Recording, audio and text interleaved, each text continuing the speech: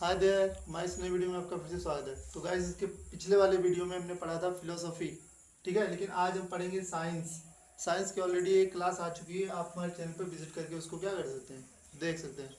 तो guys, class को start करने से पहले, ये सेकेंड क्लास है, इसका फर्स्ट क्लास आया है, उस पर है वीडियो। तो वीडियो स्टार्ट करने से पहले आपको एक बात बताना चाहते हैं हम। अगर आप हमारे चैनल पर एक बार विजिट करके देखिए तो उस पर आप देखेंगे कि बहुत सारे वीडियो जो है अपलोड हो चुके हैं, ठीक है। 6 प्रकार के सब्जेक्ट अभी तक हमने उसमें पढ़ाया है, जो काफ़ी लंबे वीडियोस हैं और उनको रिकॉर्ड करने में या बनाने में बहुत समय लगता है और मेहनत भी लगती है।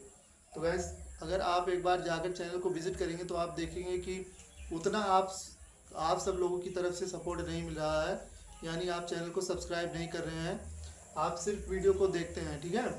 तो एक काम कर लीजिए, अगर आप चैनल को सब्सक्राइब कीजिए। अभी हमारे पास बहुत कम सब्सक्राइबर हैं और देखिए मेहनत कितना ज़्यादा लगता है। तो मेहनत की वजह से अगर चैनल को सब्सक्राइब कीजिए तब और पढ़ाने में मज़ा आता है। अगर एक सब्सक्राइबर बढ़ता है या कुछ थोड़ा सा परिवर्तन होता है तो उसमें बहुत ज़्यादा एडवांटेज मिलता है, यानी लाभ मिलता है, तो और पढ़ाने में अच्छा लगता है, ठीक है।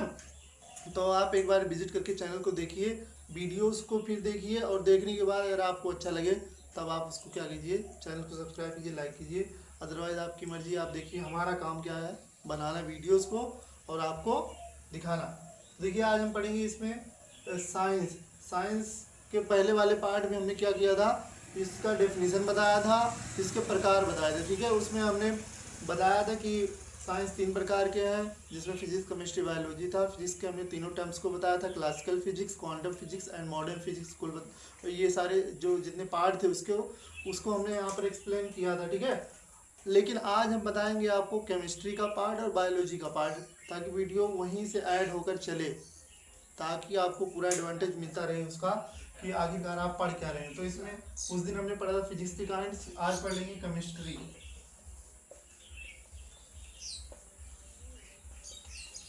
केमिस्ट्री जिसका मतलब होता है क्या, रसायन।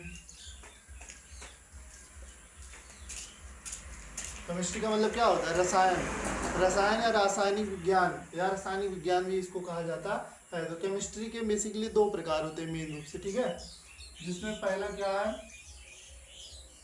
Organic chemistry. ऑर्गेनिक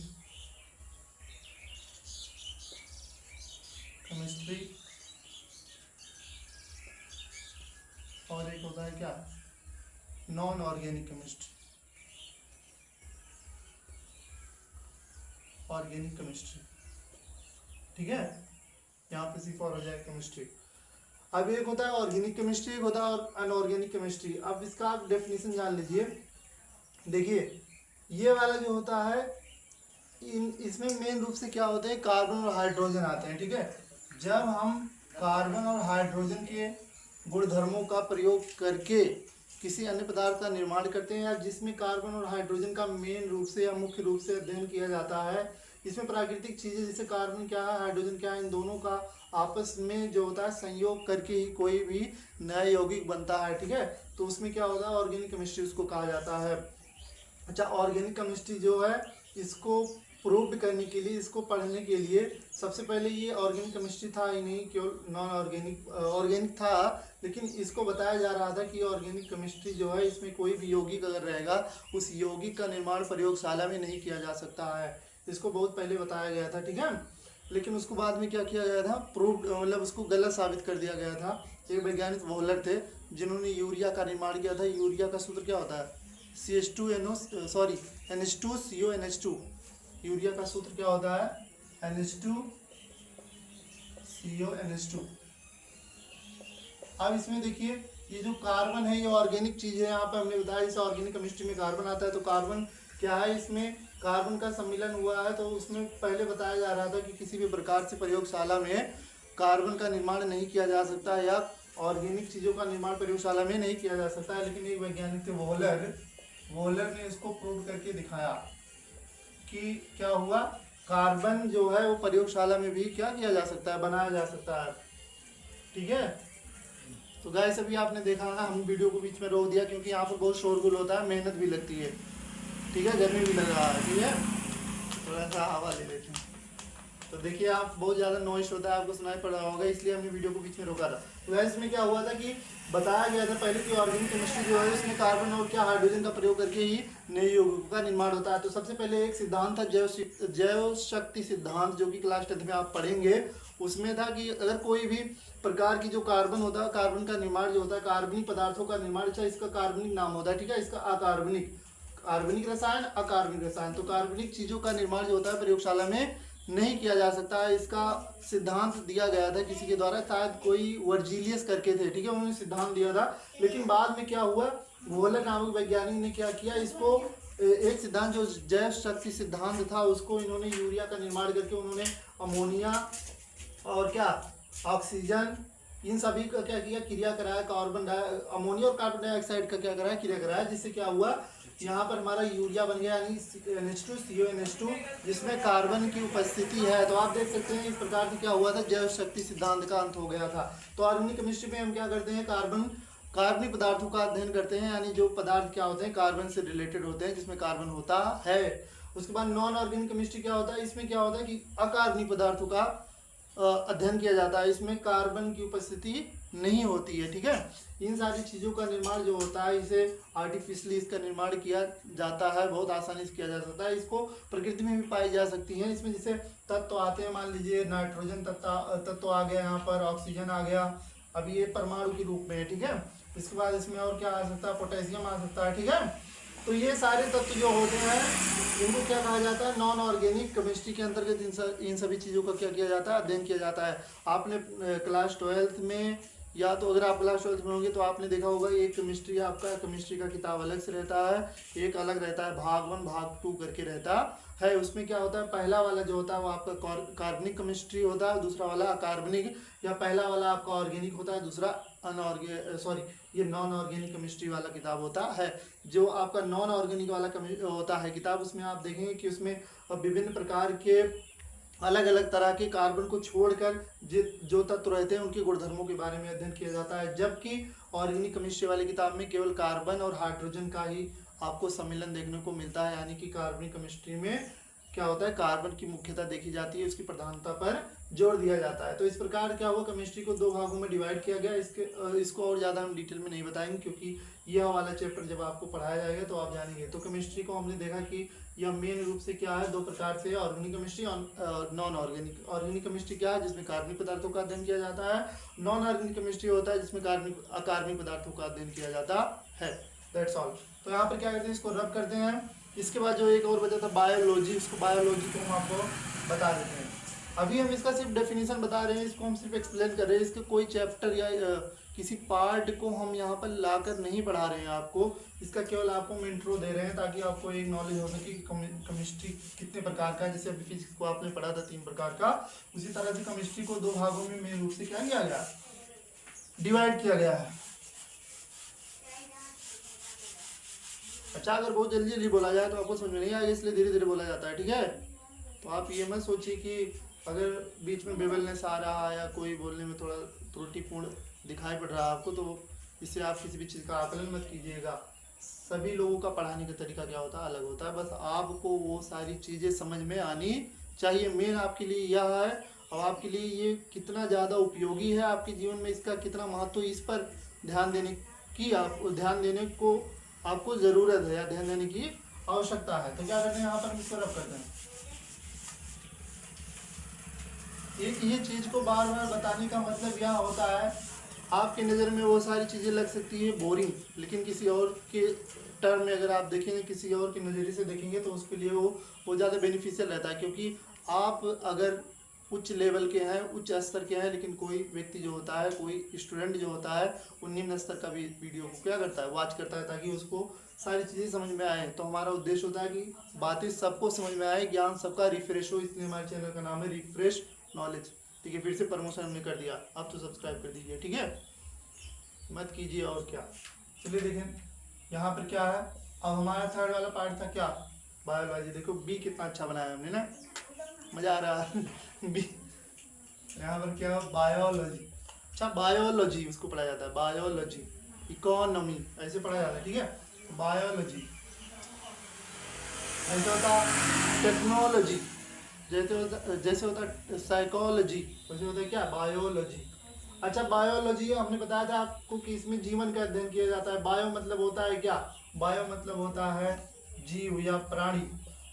यार आपने बायो सुना है ना, बायो क्या है, ये सारे यहाँ पे जो हमें बायो वाले चीज दिखाई पड़ रहे हैं, यानी छोटे मोटे क्या दिखाई पड़ रहे हैं, जीव दिखाई। लॉजी मतलब क्या होता है, समझना,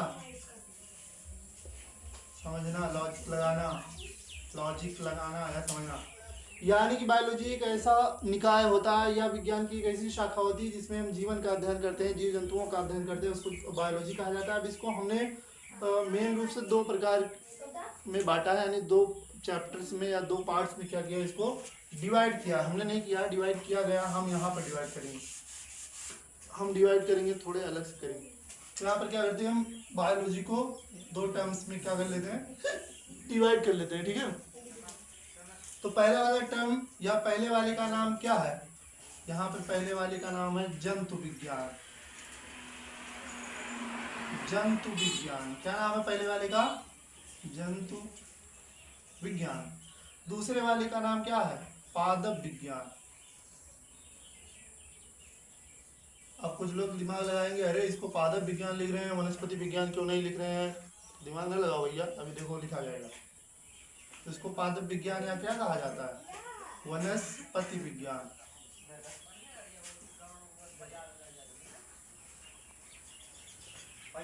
ठीक, तो इसको कहा जाता है जंतु विज्ञान, या इंग्लिश में इसको क्या क्या कहा जाता है, जूलॉजी। जू मतलब क्या होता है, चिड़ियाघर। चिड़ियाघर में क्या होते हैं, ढेर सारे जानवर ही तो होते हैं, इसलिए इसको क्या कहा गया, जूलॉजी, यानी जूलॉजी, जूलॉजी। और इसको क्या कहा जाता है, बॉटनी, बॉटनी। अब ये दिमाग ना लगाना कि बॉटनी में बताओ बो क्या होता है, टनी क्या होता है, ये सब कुछ नहीं है इसमें। आज यहाँ लॉजिक नहीं लगता आपका, कुछ वर्ड्स होते हैं इंग्लिश का, इंग्लिश। तो यहाँ पर क्या हुआ, इसको कहा जाता है बॉटनी, इसको कहा जाता है जूलॉजी, यानी कि जंतु विज्ञान। अच्छा, जीव और जंतु में क्या अंतर है, जीव में हमने बताया था कि उसमें पेड़ पौधे और इसके साथ साथ जानवर, कीड़े मकोड़े, सभी प्रकार इसमें क्या होते हैं, इन्वॉल्व होते हैं। लेकिन बॉटनी जो होता है उसमें सिर्फ क्या होता है, पादप विज्ञान या वनस्पति विज्ञान का ही अध्ययन किया जाता है, ठीक है। तो ये हो गया आपका क्या, जंतु विज्ञान, और ये क्या हो गया आपका, पादप विज्ञान या वनस्पति विज्ञान। अच्छा, यहाँ पर जंतु विज्ञान के फादर या जंतु विज्ञान को सबसे ज्यादा किसने समझा था, तो वही क्या था, अरस्तु। कौन थे, अरस्तु। अरस्तु को ही जंतु विज्ञान के पिता के रूप में जाना जाता है। जबकि बॉटनी जो है या वनस्पति विज्ञान के पिता के रूप में थियोफ्रेस्टस को जाना जाता है। किसको, थियोफ्रेस्टस। ये नाम थोड़ा क्या डिफिकल्ट लग रहा है ना, लेकिन जब आप इसको बार बार पढ़ेंगे तो याद हो जाएगा आसानी से। तो उनका नाम क्या है, थियोफ्रेस्टस। अच्छा, अगर ये चीज़ आपको याद नहीं तो कोई दिक्कत नहीं है, क्योंकि ये बहुत ज़्यादा इंपॉर्टेंट थोड़ी है। उसके फादर के बारे में नहीं जान रहे तो नहीं जान रहे, ये सारी चीज़ें जनरल नॉलेज के अंदर पढ़ी जाती है, लेकिन अगर याद है तो अच्छी बात है। तो बॉटनी के पिता का नाम क्या है, थियोफ्रेस्टस, और जंतु विज्ञान के पिता का नाम क्या है, अरस्तु या एरिस्टोटल। तो हमने क्या बताया कि बायोलॉजी दो प्रकार के, मतलब दो प्रकार के होते हैं, या दो पार्ट्स में इसको डिवाइड किया गया है। पहले वाले का नाम है जंतु विज्ञान, दूसरे वाले का नाम है क्या, वनस्पति विज्ञान। इस प्रकार से हमने तीनों जो उसमें टर्म थे, फिजिक्स, केमिस्ट्री, बायोलॉजी या भौतिक विज्ञान, रसायन विज्ञान और जीव विज्ञान, तीनों के टर्म को हमने आपको बता दिया, तीनों के प्रकार को हमने पूरी तरह से यहाँ पर बता दिया। अब चलते हैं फिजिक्स पर अपने। उसमें जो एक पार्ट था, उस पार्ट के बारे में कोई चैप्टर स्पेसिफिक लेकर आपको हम क्या करते हैं, थोड़ा सा पढ़ाते हैं, ठीक है। थोड़ा सा अभी, क्योंकि वीडियो हम जानते हैं ज़्यादा बड़ी नहीं होगी, ज़्यादा 15-16 मिनट ना, और छोटा हुआ है अभी 14-15 मिनट, 12-13 मिनट, वो अभी तो बहुत छोटा है अभी, मतलब थोड़ा सा और पढ़ा सकते हैं, थोड़ा वीडियो क्या हो, लंबा हो। तो इसको कर दिया हमने रब,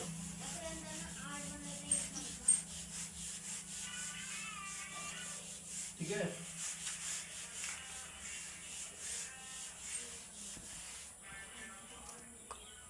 अब हमने क्या किया था कि फिजिक्स को तीन टर्म्स में या तीन भागों में क्या किया गया था, डिवाइड किया गया था। पहले वाले का नाम क्या था, एक बार और लिख देते हैं हम। पहले वाले का नाम था यहाँ पर क्लासिकल फिजिक्स, क्लासिकल फिजिक्स। दूसरे वाले का नाम क्या था, क्वांटम फिजिक्स, क्वांटम फिजिक्स। और तीसरे वाले का नाम क्या था, मॉडर्न फिजिक्स,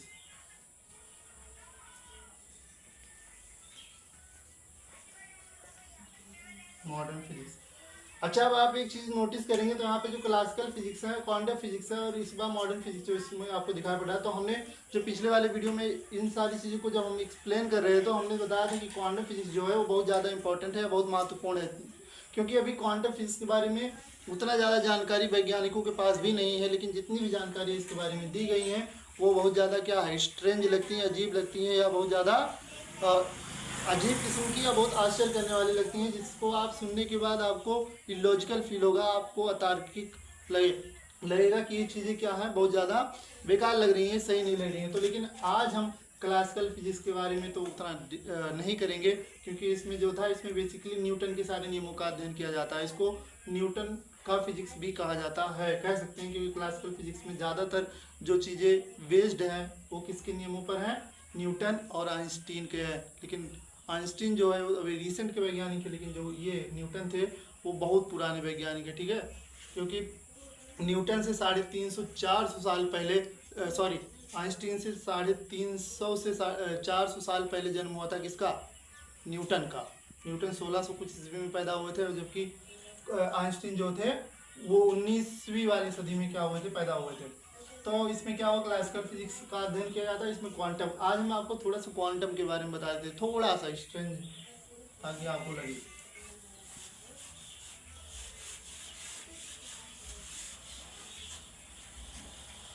क्या करना है, क्वांटम, देखो कितना अच्छा लिखा है, क्वांटम, ठीक है।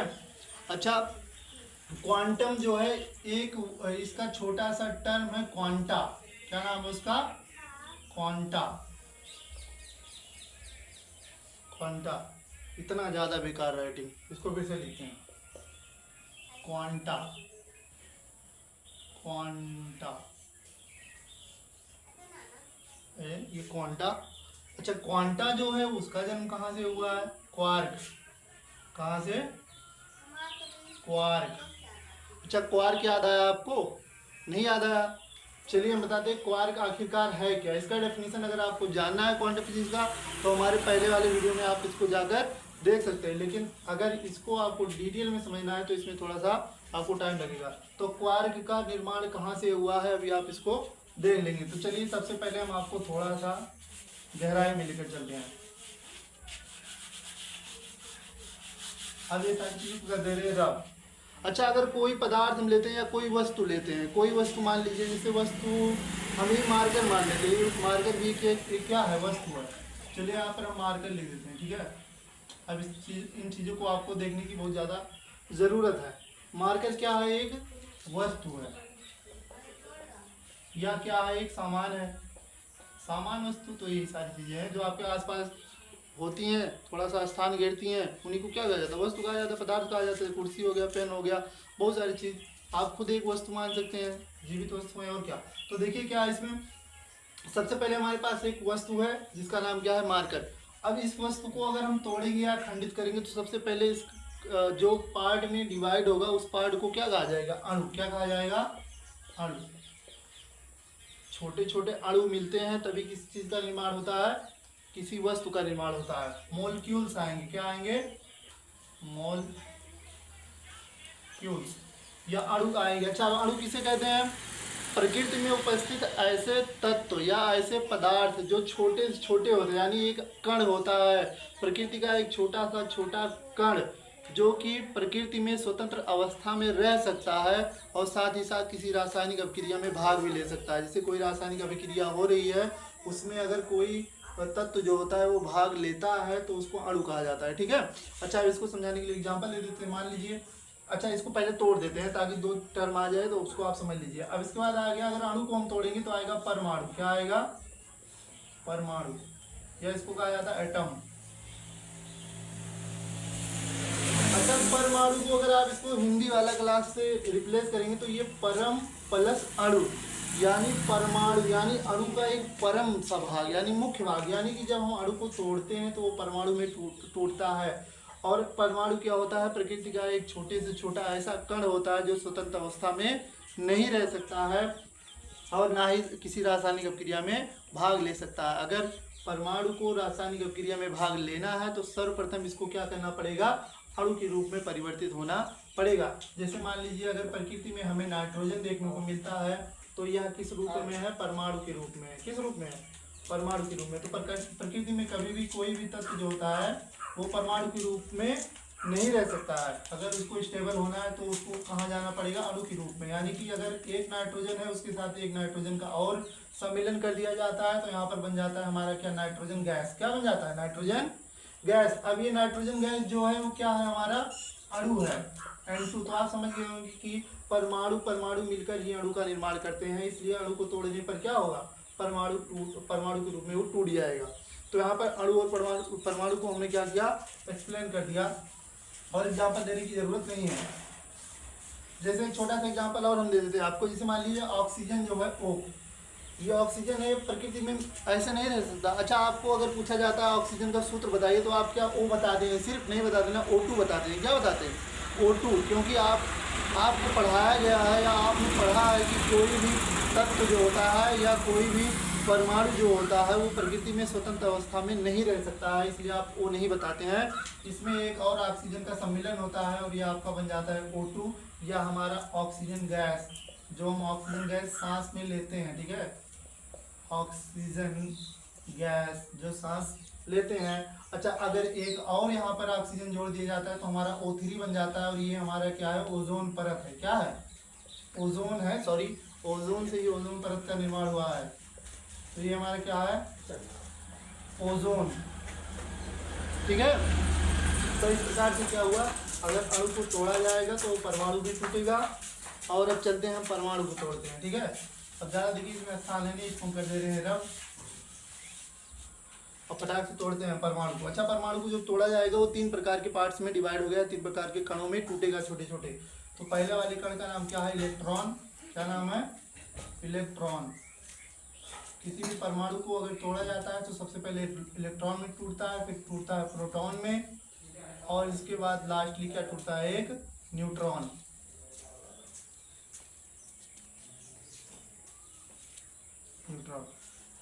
परमाणु को जब तोड़ा जाता है 3 प्रकार के छोटे कणों में टूटता है, जिसमें पहले वाले का नाम होता है इलेक्ट्रॉन, दूसरे वाले का नाम होता है प्रोटॉन और तीसरे वाले का नाम क्या होता है, न्यूट्रॉन। इलेक्ट्रॉन पर माइनस चार्ज होता है इसलिए इसको ई माइनस, प्रोटॉन पे प्लस चार्ज होता है पी प्लस, और न्यूट्रॉन जो होता है ये उदासीन कण होता है, इसका ना तो धन चार्ज होता है ना ही ऋण चार्ज होता है, इसको उदासीन कण कहा जाता है। ठीक है, तो ये न्यूट्रॉन है, इस पर कोई भी चार्ज नहीं होता है। ठीक है, अब क्या हुआ कि इलेक्ट्रॉन, प्रोटॉन और न्यूट्रॉन, जैसे मान लीजिए कोई नाभिक है, ये नाभिक है ना, ये नाभिक कहाँ आपको दिखाई पड़ा, तो नाभिक के अंदर में जो होता है, नाभिक क्या होता है, कोई चीज का जो मतलब जैसे कोशिका है, कोशिका का मध्य बिंदु, कोई कोशिका है, कोशिका के मध्य बिंदु में क्या होता है, नाभिक होता है, न्यूक्लियस होता है। इसमें क्या होते हैं, नाभिक के अंदर में होते हैं न्यूट्रॉन और प्रोटॉन। तो अगर न्यूट्रॉन पर चूंकि कोई भी चार्ज नहीं होता है लेकिन प्रोटॉन पर प्लस चार्ज होता है, इसलिए अगर आपसे पूछा जाएगा कि नाभिक का जो क्या है, नाभिक पर कौन सा आवेश रहता है, तो आप बता देंगे धन आवेश, क्योंकि यहाँ पर प्रोटॉन पर धन आवेश होता है, न्यूट्रॉन पर कोई आवेश नहीं होता है, इसलिए यहाँ पर क्या होता है, धन आवेश होता है। और इलेक्ट्रॉन क्या करता है, नाभिक के चारों तरफ क्या करता है, चक्कर काटता है। मतलब यहाँ पे इलेक्ट्रॉन जो होता है इसके चारों तरफ क्या करता है, चक्कर काटता है, और इस पर क्या होता है, माइनस चार्ज। इलेक्ट्रॉन पर कौन सा चार्ज होता है, माइनस चार्ज होता है। अच्छा, एक छोटी चीज़ और बता दे रहे हैं हम आपको कि इलेक्ट्रॉन का खोज किसने किया था, प्रोटॉन का और न्यूट्रॉन का। ठीक है, तो इलेक्ट्रॉन का खोज किया था जे.जे. थॉमसन, या जे.जे. थॉमसन भी कहा जाता है, तो जे.जे. थॉमसन मुझे दे दें। और इसके बाद प्रोटॉन का खोज किया था किसने, प्रोटॉन का खोज किया था रदरफोर्ड, और इसके बाद न्यूट्रॉन का खोज किसने किया था, चैडविक। ठीक है, तो इन चीज़ों को अगर आप याद करना चाहें तो याद कर सकते हैं, और नहीं करना चाहते तो कोई बात नहीं। अब क्या हुआ, यहाँ पर अभी देखिए हम क्वार्क को ढूंढ रहे हैं, तो क्वार्क तक अभी हमें पहुँचना है, तो चलिए वही थोड़ा सा और बता देते हैं। अब देखिए इसमें क्या था, एक पार्ट इसमें हमको क्या मिला, इलेक्ट्रॉन मिला है। इलेक्ट्रॉन को हम चलिए फटाक से तोड़ देते हैं। इलेक्ट्रॉन को भी हमने तोड़ा, तो इलेक्ट्रॉन को जैसे ही तोड़ेंगे हमें मिल जाएगा क्वार्क। क्या मिल जाएगा, क्वार्क। और इसी क्वार्क के बारे में हम बता रहे थे कि क्वांटम फिजिक्स आखिरकार कहाँ से बना था, तो क्वार्क हुआ। और जब हम क्वार्क को तोड़ेंगे तो ये टूटेगा स्ट्रिंग में। किसमें टूटेगा? स्ट्रिंग। स्ट्रिंग थ्योरी होता है ना, इसको आप पढ़ेंगे तो जानेंगे। अब स्ट्रिंग को अगर हम तोड़ते हैं तो रिलीज हो जाता है एनर्जी। क्या रिलीज हो जाता है? एनर्जी। एट लास्ट सभी चीज़ें क्या है? एनर्जी है। या जितनी भी चीज़ें आपको दिखाई पड़ रही है, कोई भी वस्तु है, वो अंततः जब विनष्ट होती है तो विनष्ट होने के पश्चात वह एनर्जी में क्या हो जाती है? रिलीज हो जाती है। जैसे आपने ऊर्जा संरक्षण सिद्धांत पढ़ा कि ऊर्जा को ना तो विनष्ट किया जा सकता है, ना ही उत्पन्न किया जा सकता है, बल्कि एक रूप से दूसरे रूप में क्या किया जाता है? परिवर्तित किया जा सकता है। तो यहाँ पर हमें मिला क्वार्क, और क्वार्क से बना था क्वांटा, और क्वांटा से क्या हुआ था? क्वांटम फिजिक्स का जन्म हुआ था। जैसे कि हमने बताया आपको, हम थोड़ा सा गहराई में इसको बताएंगे आपको। अच्छा, क्वांटम फिजिक्स हम जान गए, उसका हमने डेफिनेशन बताया। उसके पीछे मुझे लग रहा है कि वीडियो ये हो गई है लंबी ना। कितने मिनट? 26। तो कहते हैं वीडियो को एंड और पढ़ाएंगे इसके बाद वाली क्लास में क्वांटम मैकेनिक्स या क्वांटम फिजिक्स के बारे में एक्सप्लेन किया जाएगा आगे, ठीक है। तो तब तक के लिए अगर वीडियो आपको अच्छी लगी हो तो क्या करेंगे आप? चैनल को सब्सक्राइब करेंगे, लाइक कीजिए, शेयर कीजिए अपने दोस्तों के साथ। और तब तक के लिए क्या, टेक केयर, बाय।